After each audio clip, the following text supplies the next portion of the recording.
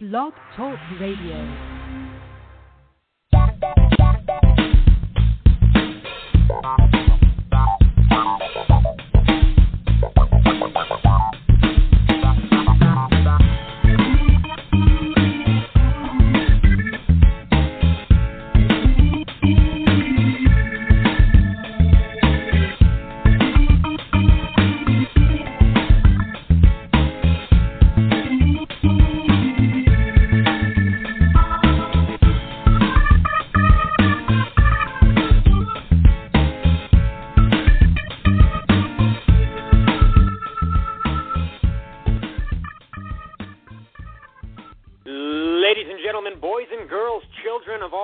Welcome.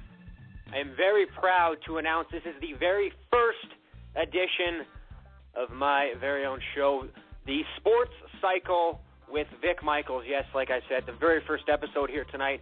Very excited. We got a great show lined up here for all you excited fans out there. Of course, you know me from Broadcast Sports, where I've been a co-host for 3 years. You might have heard of me on Nate Radio. I've been broadcasting Nate hockey games. But that all means nothing, because here tonight the new show begins, and we are starting off with a bang, ladies and gentlemen.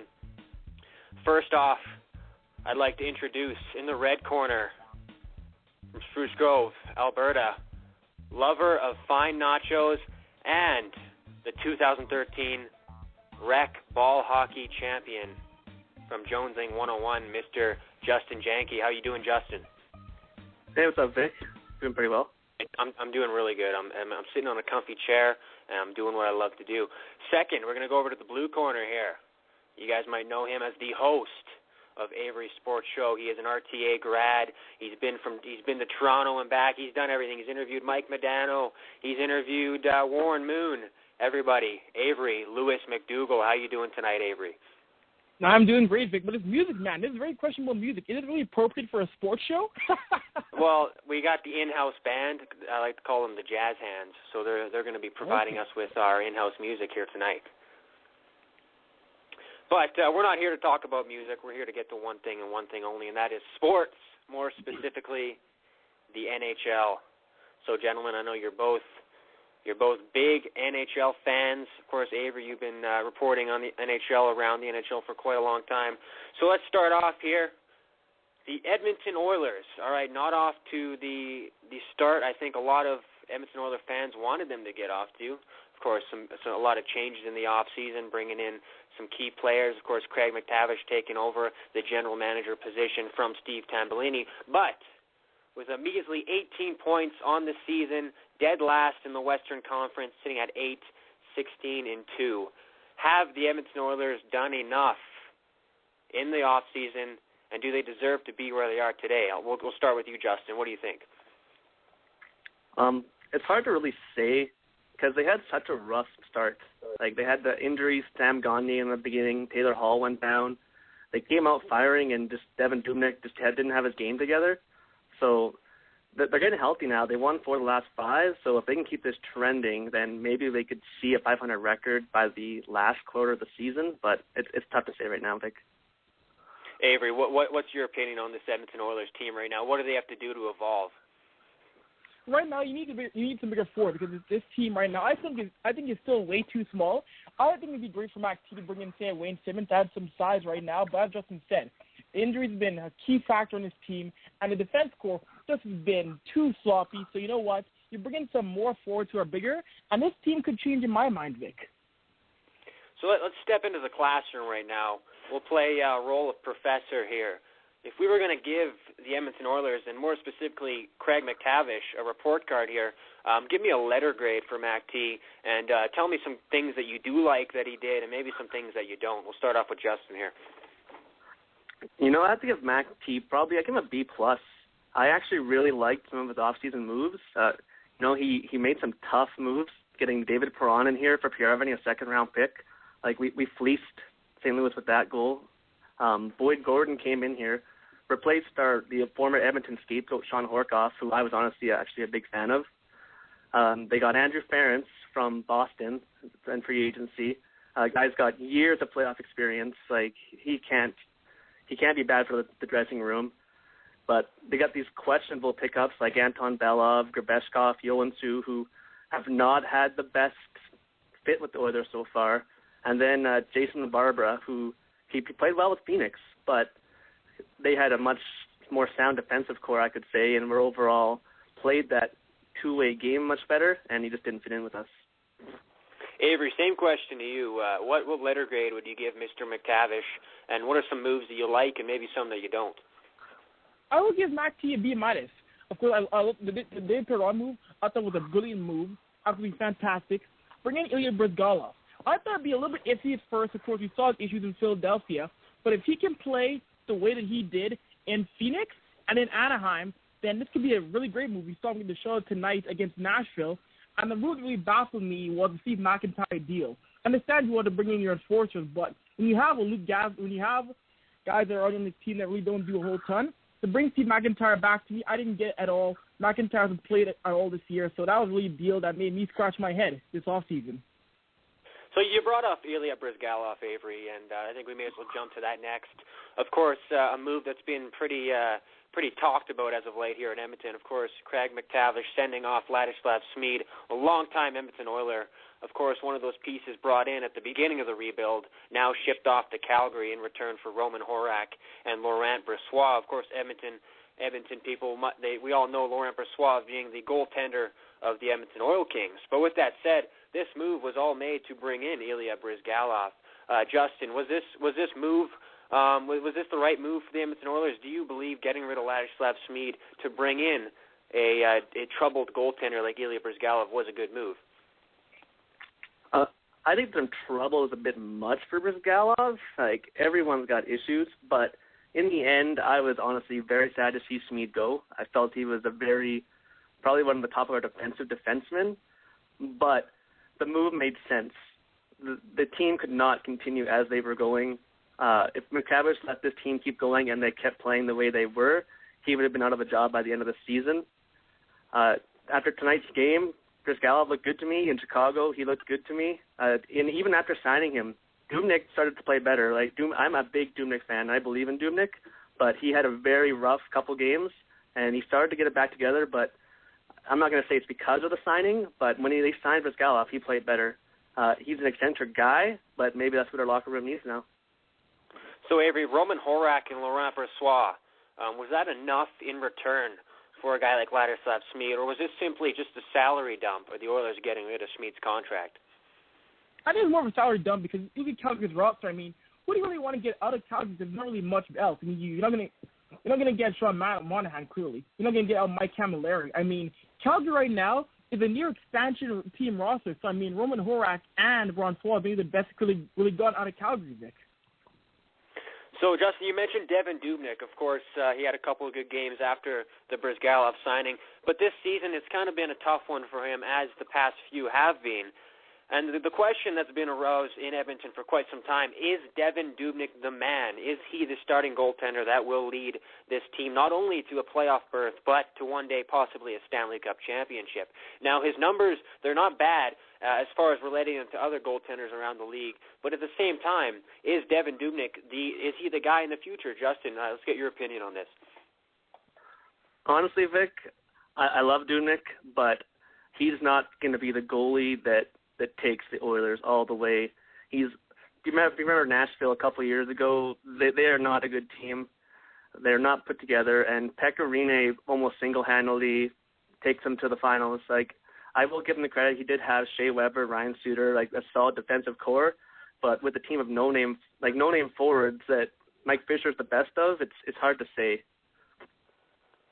Yeah, so Avery, Dubnyk, a .891 save percentage, 3.32 goals against average. Of course, that's come down. It was significantly higher earlier in the year. Do you have faith in Devan Dubnyk, or was the Ilya Bryzgalov move basically the nail in the coffin that the Edmonton Oilers are moving away from this guy? I don't think yet. I think the Bryzgalov move was there to push him, but at the same time, you can't put the start entirely on himself because the defense in front of him has to help him out, and they haven't really. I think time will still tell if he becomes that guy, but if the defense improves, and say by the trade deadline or even by early next year, and he's still not that guy, then I think you do part with Devan Dubnyk and you do go to Bryzgalov full time. Yeah, I'd have to agree with that. It's been probably about 4 seasons. He played 35 games in 2010, 47, 38, and then 19 so far this season. So he really has been the guy throughout this whole rebuild. You can't put it all on Devan Dubnyk. I think that's a very unfair accusation to put everything on a goaltender. But at the same time, when you're on a losing team for so long, how much longer can you take? And I think Devan Dubnyk's leash, it's definitely really short right now. And the signing with Ilya Bryzgalov shows that Craig MacTavish isn't afraid to look for other guys. So moving on here, something big in the NHL, I guess you can say in the whole media world, the Rogers Sportsnet NHL deal which happened just the other day. This is a monumental deal, not only for the NHL but in sports in general. A 12-year agreement announced between the NHL and Rogers. This is for $5.232 billion Canadian here, guys. This is a lot of money, the biggest deal the NHL has ever got its hands on, and it's the biggest media deal in Canadian history. So with that said, 12 years on Rogers Sports. Of course, Sportsnet, they own plenty of other television stations, but I think something to say is now there's going to be no more hockey on TSN.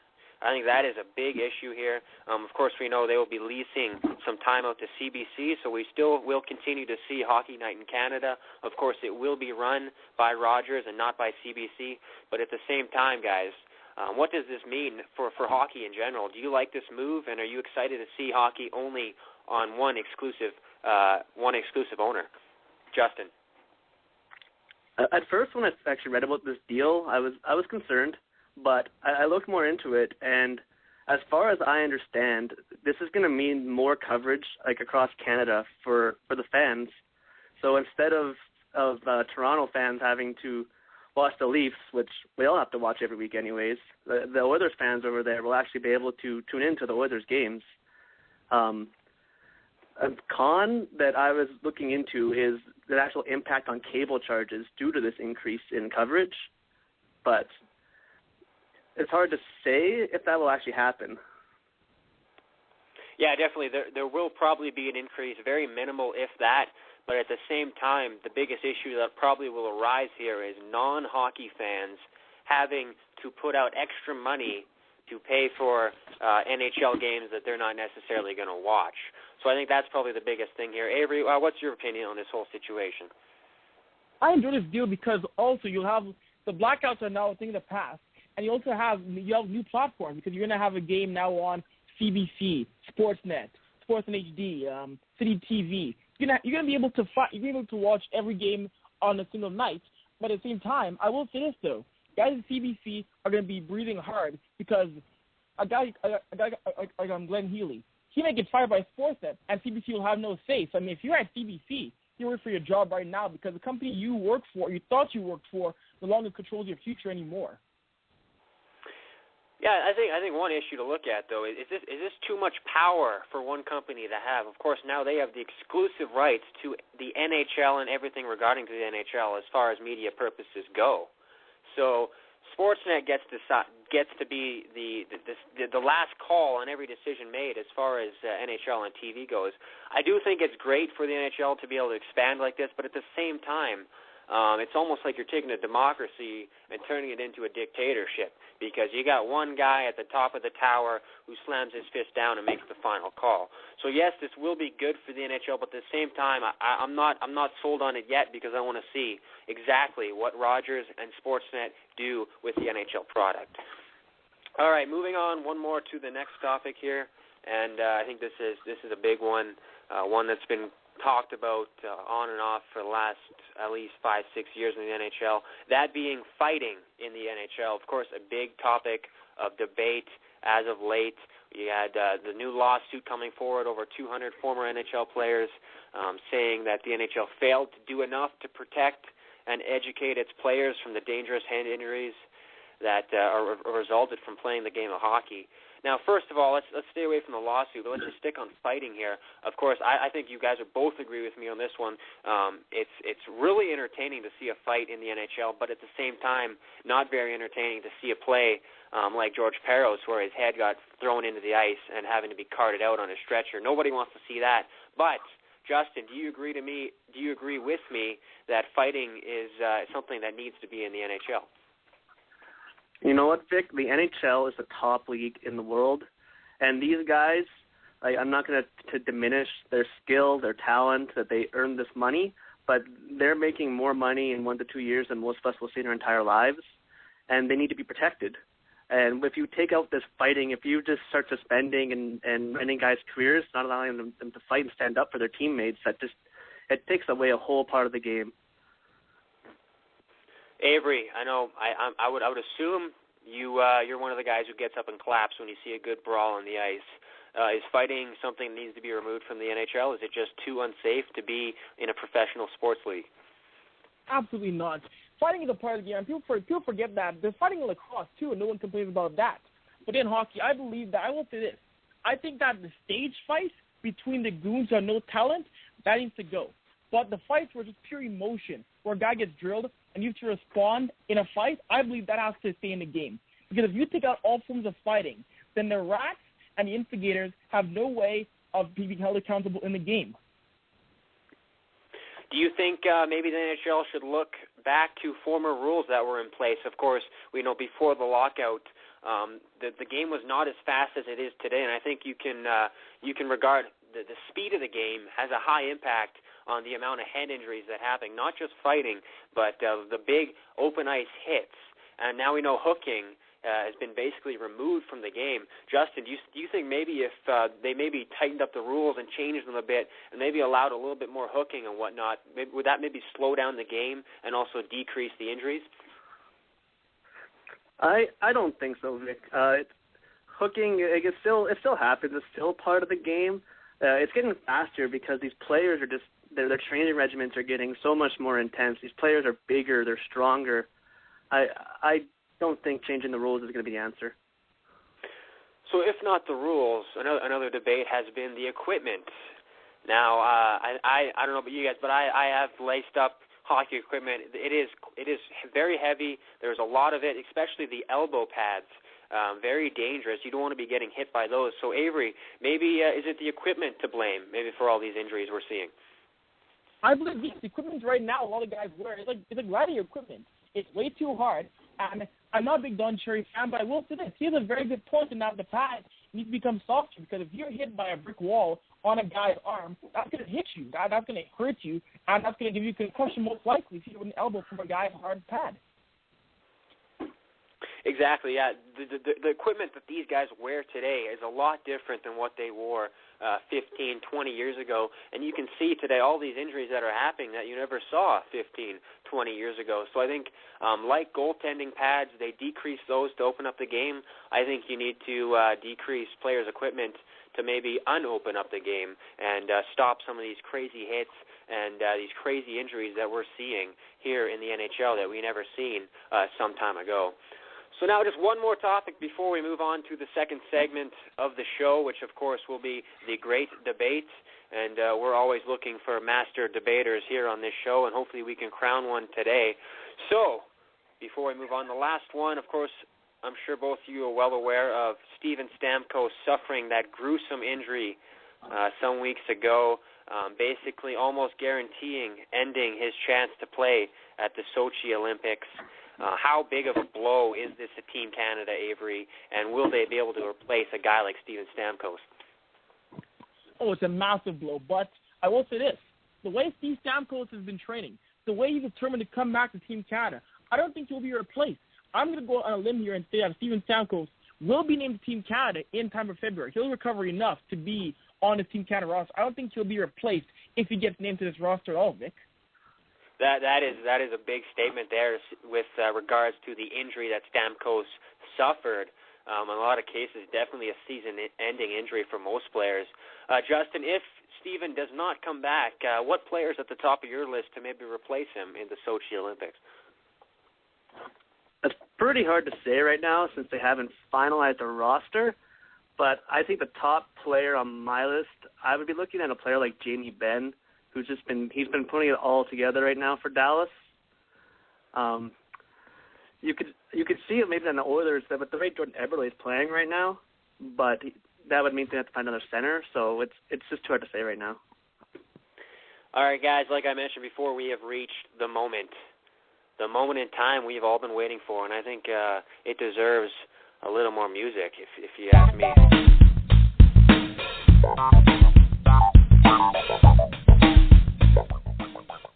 The great debate segment here, guys. We are going to crown a master debater, and don't be ashamed because that is a great term to have under your name.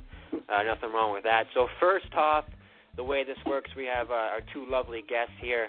Both of them know everything. They know it all, and we're going to find out exactly who knows the most. So starting off, we're going to go to Justin, and the question for you is, well, the same question to Avery. It's up to you to answer this however you see fit.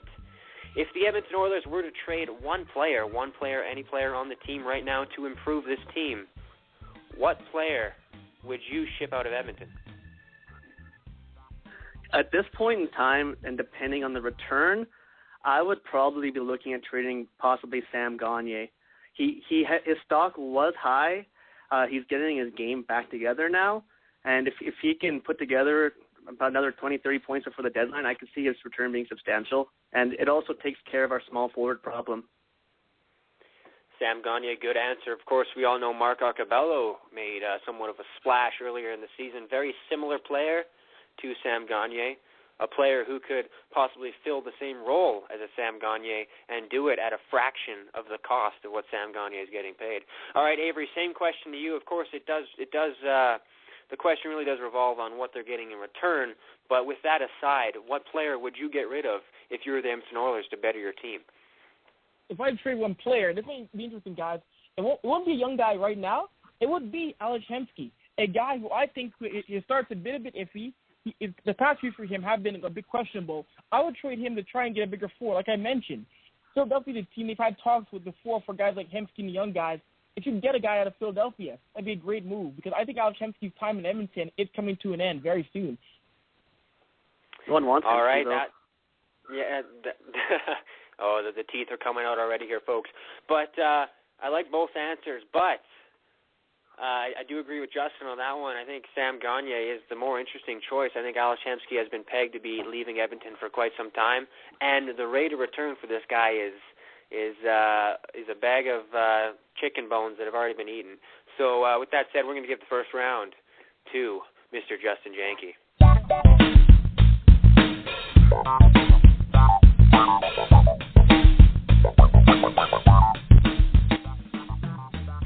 All right, on to the second round here of this great debate where we will crown our master debater.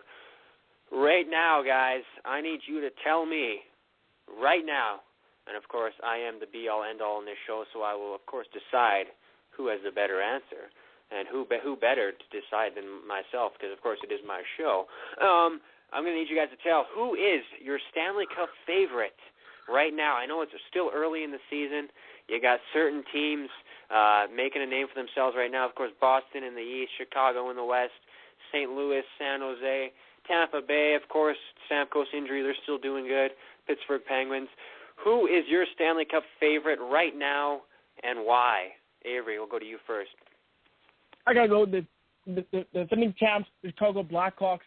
They're the team right now on top of the Central Division, 40 points, 18-4-4. Look at Patrick Kane's been playing. Look at Corey Crawford's been playing. This is the most complete team. We saw them come into Edmonton and just dismantle the Oilers. I really don't know right now who can stop Chicago and also the secondary scoring. When you have guys like Sharp, when you have Kane and Taves playing well, you also have Patrick Sharp outstanding. And to bring back Christopher Stieg, I mean, even better. Chicago all the way for the Cup in a repeat, guys. Moving over to you, Justin. Who is your Stanley Cup favorite, and enlighten us why they will make it there? You know, I respect the Chicago Blackhawks' opinion, and I could see it, but I'm going to go ahead and say that this is the year of the Sharks. They've been chomping at it every year for the last 4 or 5 years, getting so close. They got to put it together now. Niemi is playing well. You got Joe Thornton. Still, the guy is timeless. Just keeps going and going. Logan Couture is coming into his own finally. They moved Brent Burns up, and he's been lighting it up aside from the injury that he just came back from. But he's been doing so well playing the power forward role. Defensively, you got Dan Boyle, another timeless wonder. They just keep producing and producing. I think they're almost unstoppable this year. Very, very fine response there. Of course, San Jose, they've been close for quite some time, making it very close to that Stanley Cup Finals, never quite getting it done. But how can you go against the Chicago Blackhawks? I agree with Avery Lewis-McDougall here. They got the defending Stanley Cup champions. Jonathan Toews, one of the top 3 players in the NHL today, and you can't go wrong picking the Chicago Blackhawks. And now I know, Justin, I think deep down Chicago was your first choice. Am I correct? Yes, you are, Vic. See, we're all right on this game. So we're going to get that tied 1-1 here, folks. 1-1, so it's getting pretty intense here. Moving on, we're going to move back to the Edmonton Oilers here and discuss the local team, which we love to discuss. And now we're going to talk about the head coach of the Edmonton Oilers, Mr. Dallas Eakins. Now, I know a lot of people have been calling for this man's head, and very unfairly so, seeing as how we've been through 4 coaches during this whole rebuild. But depending on your answer of Mr. Dallas Eakins, do you like what he's done so far, and why? Why should Dallas Eakins stay? You're going to be his attorney here. You are going to represent Mr. Dallas Eakins. I am the prosecutor. I want him gone. Why does Dallas Eakins deserve to stay at Edmonton? Justin, we're going to you first. First off, I'm going to say how many coaches' heads have we thrown over the last couple of years? So maybe the problem is not Dallas Eakins. Maybe the problem is not Tom Renney. Maybe it's not Pat Quinn. Maybe it's time we hold these players accountable for how they play. Dallas Eakins came into the season full of energy, full of good ideas. You know, he had the emphasis on fitness. He wanted this team to be the fittest team available so that they could play a game in, game out. He had some tough dealings in the beginnings, and while I may not have agreed with some of his moves, like putting Hall at center, it's not fair anymore to blame the coach, and it's time that we got to hold these players accountable for how they play. Well said, well said. Avery, same question to you. Anything else that maybe Justin didn't cover? You know, without taking, I keep him because I think he's the coach that Nail Yakupov ends up developing with, because I like the fact that he's come out and defended Yakupov and said, listen, he's not going anywhere, and he's giving him more time in the power play. I think that you have to keep Eakins, because, I mean, the same issues were in with the Marlies. People were saying, oh, fire Eakins, the Marlies can't win. He's having trouble with Nazem Kadri. I look at how Kadri developed with Eakins and became a star in the Maple Leafs. You keep him as a bench boss, and Nail Yakupov may finally truly break out and become that star we want him to be in 2 or 3 years in Edmonton. Exactly. I think you guys both hit the nail on the head with that one, so I'm going to do the fair thing there and call that one a draw. Yes, a draw here on these 4 cycles, so it's all tied up 1-1 still with 1 question remaining. This is for all the Marbles boys. Who will be crowned the master debater here tonight? The final question here, we're going to start off with you, Avery. The Edmonton Oilers, they've had countless top picks. Of course, well, really, they've only had 3, but they've had lots of youth in their system. This quote-unquote rebuild has been going on for quite some time.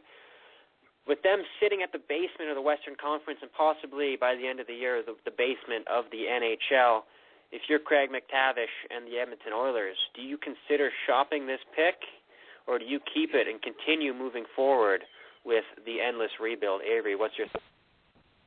I think you have to trade this pick. Because at the end of the day, the rebuild is in what? Year 8? You have to say, when are we going to win? You can't rely on the 2014 draft, 2015 draft. McTee has to put his foot down and say, you know what? We have to be competitive next year, or at least by later on this season. You trade that pick. I'm not sure the who yet or what you give back yet, but just something that'll make you a playoff team for next year and not 3 years down the road, because enough's enough now, guys. All right, Justin, you're McTee sitting on the draft floor. You're getting rings from all over the place. Do you consider trading that pick, or do you stick it out? I think at this point in time, unless the offer is something that we need, a.k.a. a big forward or just a big, mean defenseman, you got to keep it still and take the player. The top option that I see for the Oilers right now, if they could get it, Dion Phaneuf is actually in the last year of his contract. If they could trade that to Toronto in some kind of package, they give him Sam Gagner for all I care. Get the Phaneuf, but make sure that the deal, like Phaneuf is re-signed, then that's the deal they need to make. I also agreed with Avery's earlier assertion about Wayne Simmons, But if you can't get a player that's those players or will play just like those players, you got to keep that pick. You guys made this tough on me. 2 very good answers once again. So therefore, I'm going to have to give that one another draw. Therefore, moving this to sudden death overtime with a quick rapid-fire answer. Whoever answers this question first will be crowned the master debater and win 1 million Sports Cycle points with the chance to win the greatest trophy in sports entertainment at the end of the season, which will be who knows when, because I'm doing this all off the top of my head. So therefore, the question is, what is the color of Craig MacTavish's hair? Great. Silver. Oh, we're going to give that one to Justin, although I do like silver better, but gray will do. So there we go, folks. With that, Vic. I like silver too. Come on, Avery. I've seen you in the press conferences staring down that man's hair. You should know this by now. We all know you're taking styling tips after the silver tip fox. Anyways, folks, it's been a great show. The master debater of tonight, Mr. Justin Janke, barely edging out the host of Avery Sports Show, Avery Lewis McDougall. It's been an absolute pleasure having you guys on. This has been the first episode. It's only going to get better from here on out, of course. It'll get definitely more organized. We had some great questions today, great answers, and before we sign off, guys, let's any last words, any last opinions, any last plugs you guys want to give to everybody listening right now? Justin. I actually just want to thank you, Vic, for having me on the show, and to tell the Oilers fans to stay strong. It will get better, it has to get better, and it can't get worse. Very well said. Avery, any last thoughts, any last plugs you want to throw out there before we end the show? You know what? Vic, it's a blast having you. It's a blast coming on. Justin, great win to you, sir. And follow me on Twitter, @Avery on Twitter. And hopefully we do this again one day. And the Oilers are a much better team in the standings. Hey, there you Amen. go. Nice shameless plug there, @Avery. Justin, you got a Twitter you want to shout out there quick? I do, @Janke, Janke, Justin89. There you go, 89, not quite 69, but it'll do. There you go, folks. Justin Janke, Avery Lewis McDougall. Justin now takes the first place in the Sports Cycle standings. Be sure to check out next week where we have some great guests planned for you guys. We'll definitely have these two gentlemen back on the show soon. This is Vic Michaels, and this has been the Sports Cycle. Thank you very much.